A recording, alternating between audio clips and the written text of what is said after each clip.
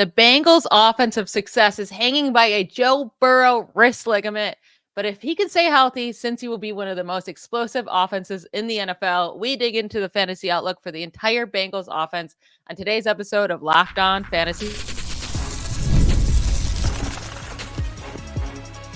You are Locked On Fantasy, your daily NFL fantasy podcast. Part of the Locked On Podcast Network, your team every day. Thanks for making Locked On Fantasy Football your first listen every day. I am one of your co-hosts, Michelle Magdziuk, and when I'm not doing this, I'm a researcher and fantasy analyst with NFL Network. And I'm your other co-host, Vinnie Iyer. When I'm not doing this, I'm writing about NFL fantasy and betting for sportingnews.com.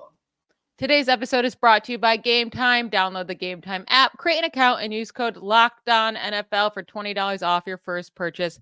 Terms do apply. We are moving through the AFC North. Yesterday, we hit on the Pittsburgh Steelers. Today, it is the Cincinnati Bengals' turn. We are going to go through all of the fantasy relevant players for the Bengals on this episode. Starting with last year, let's do a quick recap, right? Because it wasn't a pretty year whatsoever. We all were drafting these Bengals high, deservingly so. And then it just kind of fell apart very early. But last year, they missed the playoffs. They were 16th in offensive points per game, 14th in fantasy points per game. Joe Burrow was injured most of the season. I know he didn't have the season-ending injury until week 11, but he did start off the year still dealing with that calf injury from the summer. Started very, very slow. Also, T. Higgins dealt with multiple injuries throughout the season. So it just wasn't a pretty year for them, right? But they make some changes this year. They trade away Joe Burrow to the Texans, sign Zack Moss. They let Tyler Boyd leave in free agency. He was the second highest target on their team last year. Drafted wide receiver Jermaine Burton in the third round. They did lose their offensive coordinator, Brian Callahan. He got a head coach job with the Titans. Promoted. They just promoted, though, the quarterback coach, Dan Pitcher, to OC. So it shouldn't be too much of a change with coaching this year. But with Joe Burrow, this dude seems to get injured quite often, right? And last year, even when he did play, he was a quarterback 25 in points per game. It did get much better, though. The last 5 weeks he played, he was putting up much more points. So what do you expect out of Joe Burrow this year? Can he stay healthy, Vinny? Because I'm getting nervous. Yeah, it was very frustrating. He had a very slow start. Remember, he had that knee issue where it was in training camp last year, and everyone was worried about his health. He was out there, but they just didn't put up good numbers. And quite frankly, they also had a very tough defensive schedule. When you look at it, that's just the nature of playing in the AFC North when you have the Steelers, Ravens, and Browns to contend with, right? So it wasn't pretty early with the production, and he waited for it. And by the time he kind of saw the old Joe Burrow, remember that 49ers game? We're like, oh, yeah, here we go. And the Bengals are looking good. Then he gets hurt. So it was really frustrating if you had Joe Burrow last year, and a lot of investment because Joe Burrow was coming off a big fantasy and reality season in 2022. So you definitely did not get your return on investment. Now, the funny thing is he hasn't really lowered all that much. He's at Q7, but we know who's ahead of him. It's the usual suspects here that you're looking at. I mean, we know who the big kind of three are with Josh Allen, Patrick Mahomes, and just Jalen Hurts. But when you look at outside of that, then you get the running quarterbacks. So, I mean, right now you're starting the highest is quarterback 4 or 5 here for Joe Burrow. So then you have to weigh who are these other guys going ahead of him here. I mean, that's the thing is he's not going to give you too much running, but we know he's a capable runner. And if you're looking at someone who has a shot of throwing 40 touchdown passes that you would feel good about after Mahomes, you would say it's Burrow. So there's that could help him. But look at some of the people that are right around him. C.J. Stroud and Anthony Richardson, as we've talked about, getting a lot of buzz as second-year quarterbacks going right ahead of him. Right behind him are Jordan Love and Dak Prescott. Now, Michelle, how do you kind of navigate that? I mean, I think we've talked about a lot that starting with Burrow, I think Burrow, Love, and Prescott are much better values right now than Stroud and Richardson. Yeah, especially even after Love and Prescott, who I think I would prefer both of them. It's very, very close between Burrow and Love. I might lean the safety of Burrow there, but Prescott and then Kyler Murray, and then you can even get Brock Purdy way later than that. I don't really see a whole difference I don't think there's going to be that big of a difference in fantasy points between Burrow and Purdy by the end of the year. The thing with Burrow is like, yeah, he finished as a quarterback 4 in points per game in 2022, and that's great. And we did see him get back to that status last year, right? From weeks 5 through 10, once it felt like he got off of like recovery from that calf injury, Yeah. he was averaging 21.4 points per game. He was a quarterback 4 in points per game during that span, right about what he was averaging in 2022. So he got back to that form. The issue is, though, when you look at the 2022 numbers and any numbers from any previous years where a quarterback really makes a difference, they're upwards of 20, really high 23 points per game, 24 points per game, 25 points per game. If you're going to spend something early on that, you want to make sure they have that ceiling. Like that's exactly what Hurts, Allen, and Mahomes did in 2022. They're all above 24.5 points per game. Burrow was right after them at quarterback 4, but at 21.9, like a 3-point difference. There's a huge drop off there. And the thing with him is he had fewer than 20 fantasy points in half the games he played in 2022.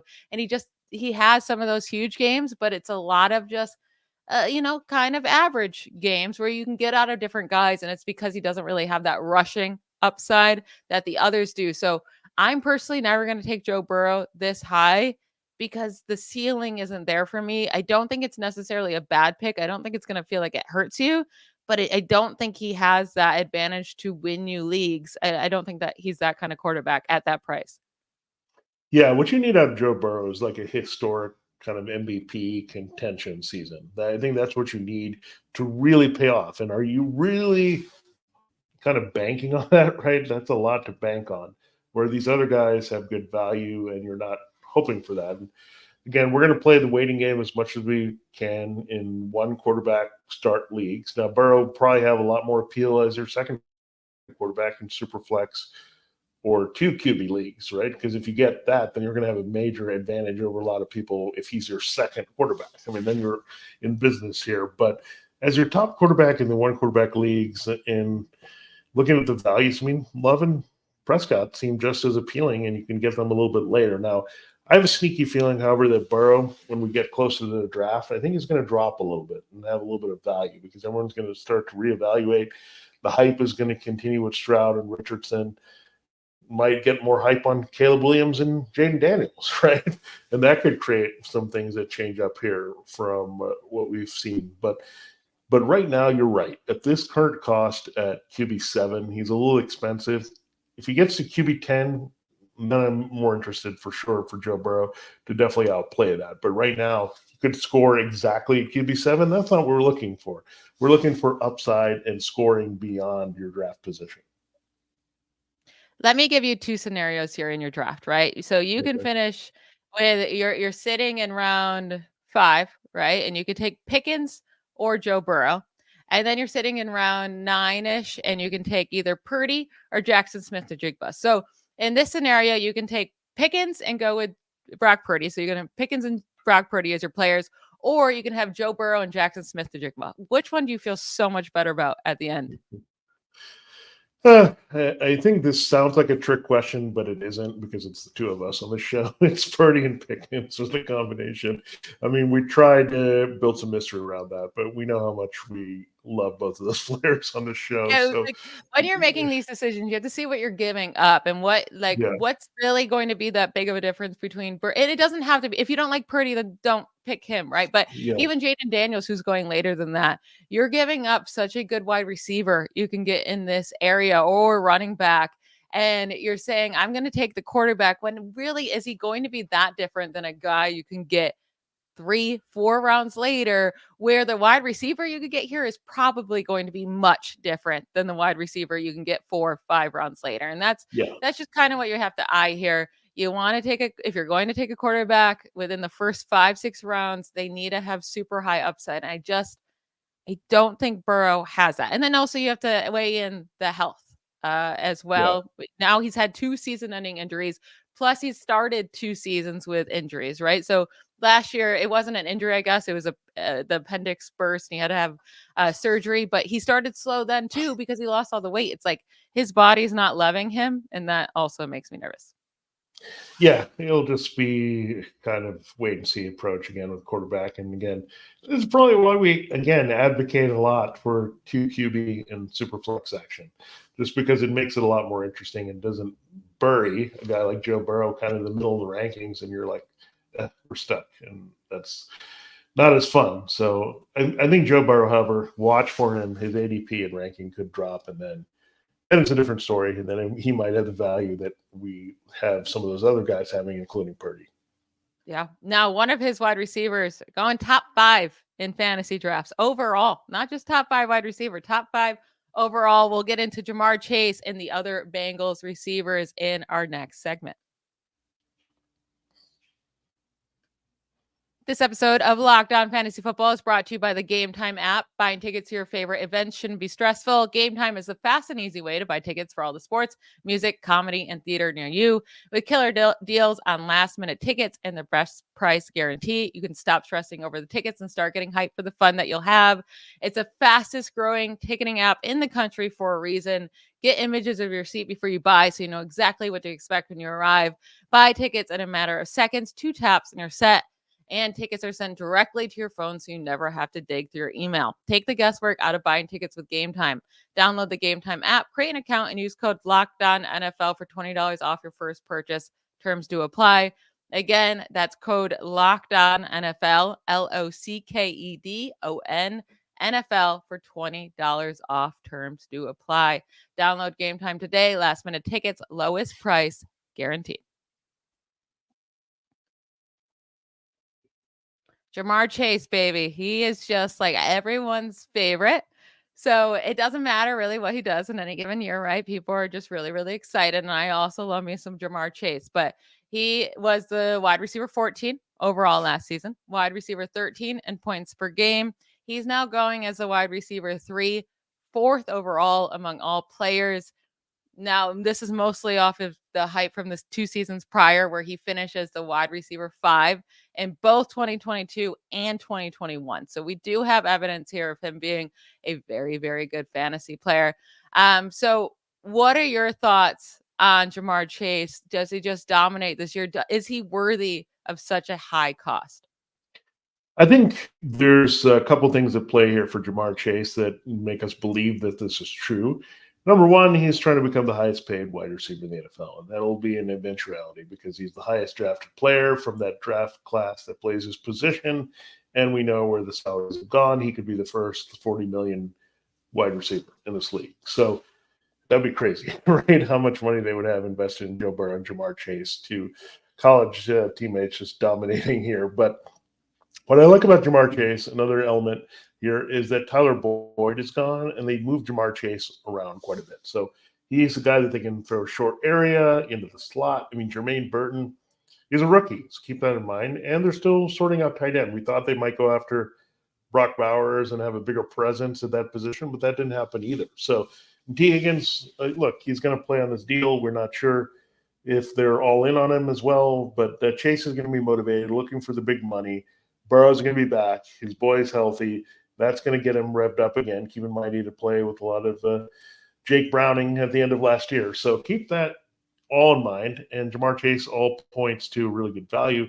Now, I don't think it's too rich for him at all because, again, he could end up as the highest scoring player easily. I mean, we've seen Christian McCaffrey do that. We know that. But I think if Jamar Chase can make some of the big plays, get 120 balls, which I think is reasonable, it's not out of the question, and can push for double-digit touchdowns, then he has an actual shot of being the highest wide receiver on the board, say like a Cooper Kupp season from a couple years ago, because I think there's a big separation on him as the go-to guy. I think T. Higgins is important, but I think in essence, Chase is playing 2 roles. He's playing his own big play role and the Boyd role as they bring along Burton, and that's going to really help his numbers go up. So say you're staring at the board, right? You're sitting at pick 4 or 5, and Chase and Justin Jefferson are both available. Are you brave enough to go Jamar Chase just because you're worried about the quarterback situation in Minnesota? I mean, talent-wise, I think they're both special. I know they both played together at LSU, but talent-wise, I don't think there's much that really separates them. And then you say Joe Burrow or J.J. McCarthy / Sam Darnold. I think that's a no-brainer, right? That you have to go in that direction with Jamar Chase. I mean, I know T. Higgins is there, but keep in mind when they get healthy, Jordan Addison and T.J. Hawkinson are going to be there. So all things considered, when I weigh it, the talent to me is a wash in See, my the talent to me, it's view. not a wash. I think Jefferson is the much better all-around wide receiver. I know Chase Okay, is so but explosive, and he has those opportunities for bigger plays, maybe on a more consistent basis. But I'm still going Justin Jefferson. I'm not going to overthink it. okay. Jefferson has been the most dominant wide receiver in fantasy and in the NFL now for multiple years. Even last year when he was on the field, I mean, absolutely insane. So he was like on pace for 2,200 receiving yards, right? I'm still going Jefferson. I get it. He doesn't have Kirk Cousins, but Yeah, I still trust him. If that's it's fair Sam to go that Darnold, way. maybe I could I get that. still think their talent is somewhat. I mean, let's keep in mind. I mean, when they were on the field together, going back to college, like Chase was the dominant receiver when they were on the field for that 1 year. So when you look at it, it's close. I mean, we're getting splitting stuff here, but I would like either one. But I think the one thing, Michelle, Justin Jefferson doesn't score a lot of touchdowns, and that's the one thing that I would say Jamar Chase could get a lot of cheapies here in short area.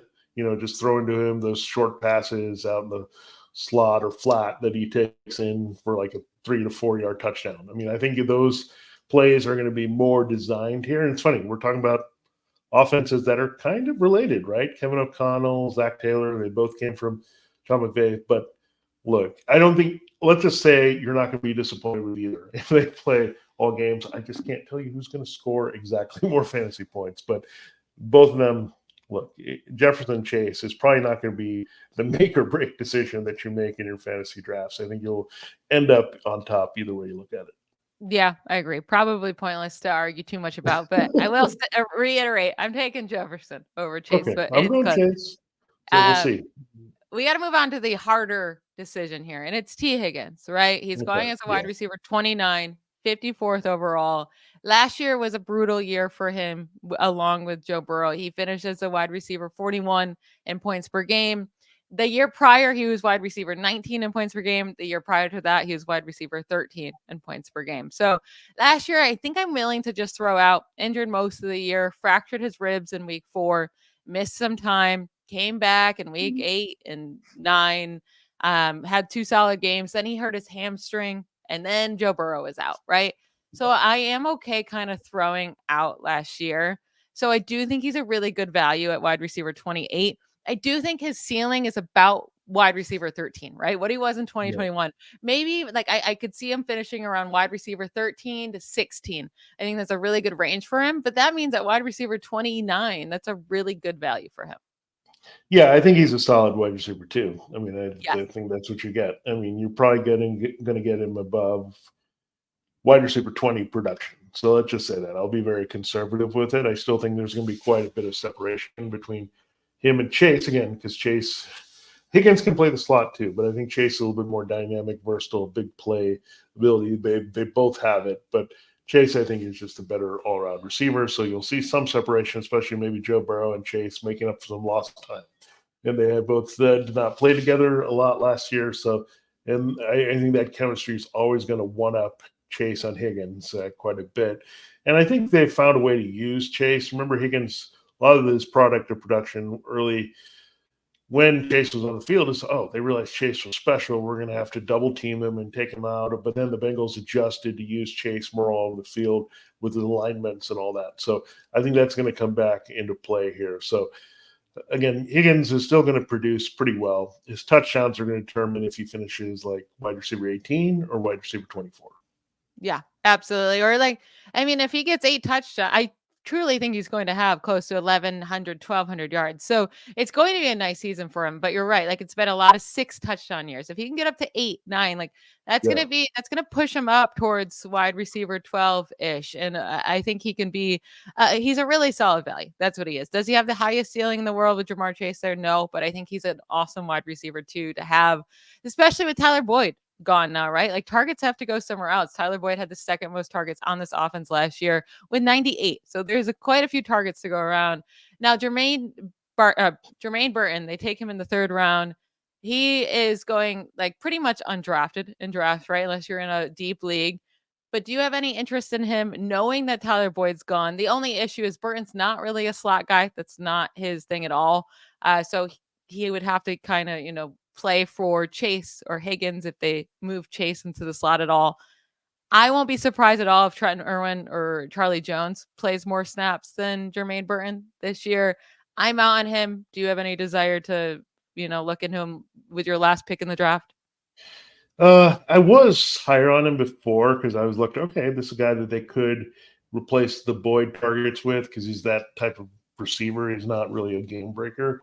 The question is, can he play inside consistently the way that Boyd kind of developed and was very reliable at that spot? But that's why I think they move it around. And if they move Chase and Higgins around, that means they're probably going to move whoever the third receiver is around. So you're right. I mean, with Jones has got some buzz. You got Burton, you got Irwin, who filled in really well last year. Keep that in mind when they had some injuries and they had to play him. So, again, I think they're going to lean a little bit more veteran here on this team. They're still having a Super Bowl window open here with Joe Burrow. So I think they're not going to really force Burton in there as a rookie if they don't need to. And I think they don't need to on this particular team.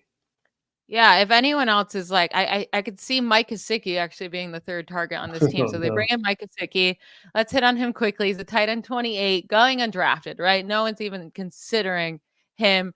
But if you're in a best ball league or a super deep league or maybe a two tight end league, I do think he's someone to keep an eye on. I mean, in 2020, he was a tight end 8 in points per game. In 2021, tight end 16 in points per game with Miami. Like, still nothing to get super excited about whatsoever. He went and died off in New England.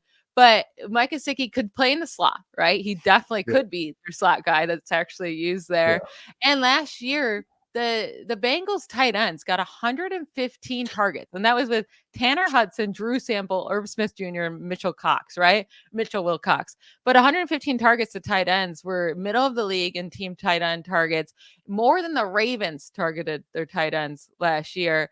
I could see Gesicki having some upside. Now, Gesicki never ever scores touchdowns in his career. That would have to change, right? But I don't mind having a flyer on him if I'm in a deep league, a 2 touchdown or 2 tight end league. I think he's interesting to keep an eye on. Yeah, he was a fantasy relevant guy with Miami. And look, the touchdowns may not come, but they may want him to score a few times so he can do that ridiculous version of the gritty that he does. And then Chase and Joe Burrow can have fun with it.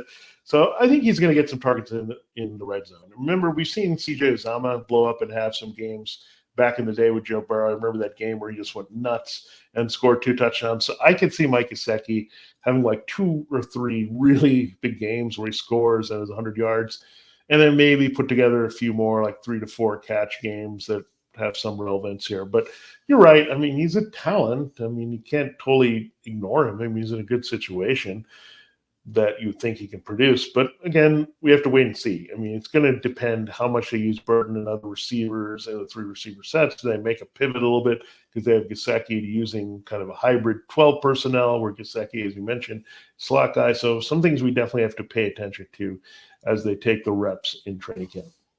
Now it's time to talk about a top 10 running back that will be in the 2024 season. Zack Moss is about to have a career season, and I am here for it. And I'll give you all of my takes in our final segment to finish up the Bengals fantasy outlook for the 2024 season.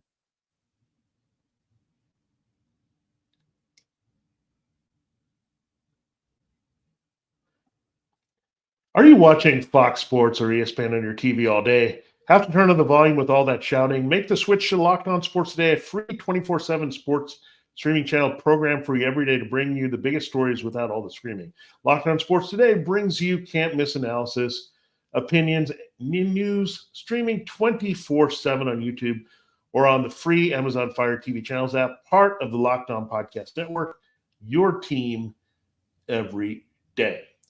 All right, Michelle, we will now close the show looking at your favorite guy. I think I'm just going to let you go first on Zack Moss.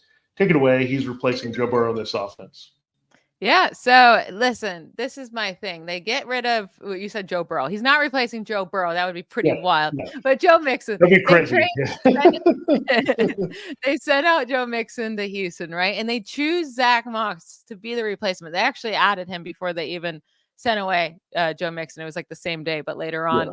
And then they have the draft. They have 10 draft picks, and they don't add a single running back. What this tells me is that Zack Moss is going to be the lead back here. And I know they change OCs, but still it's the same system with the quarterback coach just getting promoted, and they run the ball with one guy. Last year, Joe Mixon had 67% of the Bengals rush attempts last year. That led the league in team rush attempts among all players, right? And Mixon's career carries are the third most in the NFL since 2017, and that's with him missing some games. He gets fed when he's on the field, and I think the same exact thing will happen to Zack Moss. And also the goal line carries, right? We know that's where Moss like absolutely thrives. Well, Mixon saw the second most carries inside the 5 last year, behind only Gus Edwards, who just got so many carries with the Ravens in that area. But I fully expect him to have a great role. He's on a really good offense that should be scoring a lot of points.